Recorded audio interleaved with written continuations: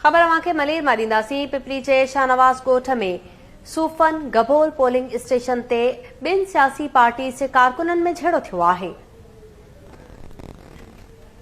झेड़े जे हवाले सां अव्हांखे अपडेट कयो पिया। पुलिस झेड़ो कंदड़नि खे गिरफ़्तार करे वरितो आहे। हिक सियासी पार्टीअ जे माण्हुनि पुलिस जो घेरो करे कारकुननि खे छॾाए वरितो आहे। ख़बर अव्हांखे ॾियूं पिया मलेर मां। पिपरी जे शाहनवाज़ ॻोठ में सूफ़न गबोल पोलिंग स्टेशन ते ॿिनि सियासी पार्टीज़ जे कारकुननि में झेड़ो थियो आहे। पुलिस झेड़ो कंदड़नि खे गिरफ़्तार करे वरितो, जॾहिं त हिक सियासी पार्टीअ जे माण्हुनि पुलिस जो घेरो करे कारकुननि खे छॾाए वरितो आहे। ख़बर अव्हांखे ॾियूं पिया। पिपरी जे शाहनवाज़ ॻोठ में सूफ़न गबोल पोलिंग स्टेशन ते ॿिनि सियासी पार्टीज़ जे कारकुननि विच में झेड़ो थियो आहे।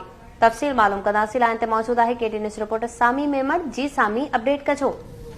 जी बिल्कुल, सुबह जो सवेर पिपरी वारे इलाइक़े साबू गबोल ॻोठ में जेका पोलिंग स्टेशन आहे उन ते वोटर जेके वोट ॾियण आया हुआ उहे जॾहिं अंदरि दाख़िल थिया आहिनि त उते उन्हनि जो चवण ही आहे त उते निशान कुझु न हुआ, जंहिंमें जेको बल्लो आहे उनजो निशान नज़र कोन आयो, किताब जो निशान नज़र कोन आयो ऐं काउंसलर जेके हुआ उन्हनि जा बि जेके बैलेट पेपर हुआ उहे न आया हुआ। त उते जेके माण्हुनि उहो गोड़ कयो ऐं इनखे धांधली करार ॾेई ॿाहिरि निकिरी एहतिजाज कयो त वरी पीपल्स पार्टी जा कारकुन बीठा हुआ, उन्हनि जी पाण मुमवारी थी आहे, हिक ॿिए खे धक ॿ कया अथनि ऐं फौरी तौर ते रेंजर्स ऐं पुलिस जा टाला पहुता आहिनि जिन ॿिनि पीटीआई जे कारकुननि खे अरेस्ट कयो। पर जीअं हू वैन में चढ़िया आहिनि त कारकुननि उन्हनि खे घेरो में आणे उन्हनि खे छॾाए वरितो ऐं वरी धुरियूं विच में पियूं जिन सर्चाप कराए वरितो आहे ऐं हाणे पोलिंग जो अमल जेको आहे उहो जारी आहे। जी सामी मेमण, तफ़सील ॿुधाइण लाइ तव्हांजी महिरबानी।